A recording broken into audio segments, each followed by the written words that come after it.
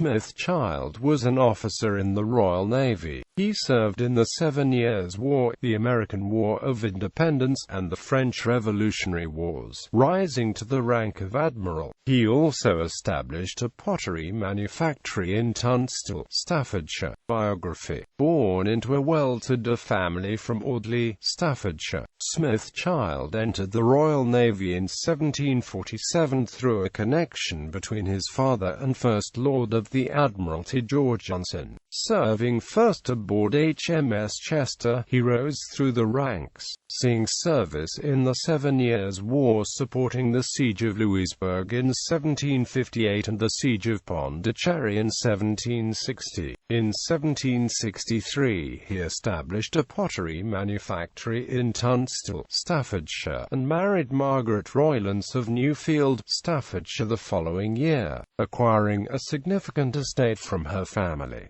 They had 2 sons, one was lost at sea, and the other died 2 years before his father. By the American War of Independence he had been promoted to captain. He was in command of HMS Europe as part of Admiral Marriott Arbuthnot's fleet in the March 1781 Battle of Cape Henry, in which the British fought off a French fleet attempting to enter Chesapeake Bay, and again later that year in the critical Battle of the Chesapeake in early September, in which the British lost control of the bay, enabling the Franco-American victory at Yorktown. In November 1795 he was given command of the HMS Commerce de Marseille, a French ship that had been given over to the Royal Navy in the 1793 Siege of Toulon. The ship, originally a 118-gun 3-decker, had been converted to a store and transport ship, and was loaded with 1,000 men and stores for transport to the West Indies.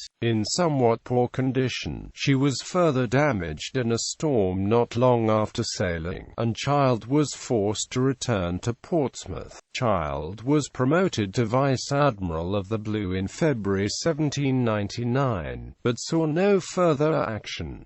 He died in 1813, 2 years after his son John. As a result, he willed his estate to his grandson, Smith-Child. He is buried at St. Margaret's Church in Woolstanton. In 1893 a clock tower was erected in Tunstall commemorating his civic contributions.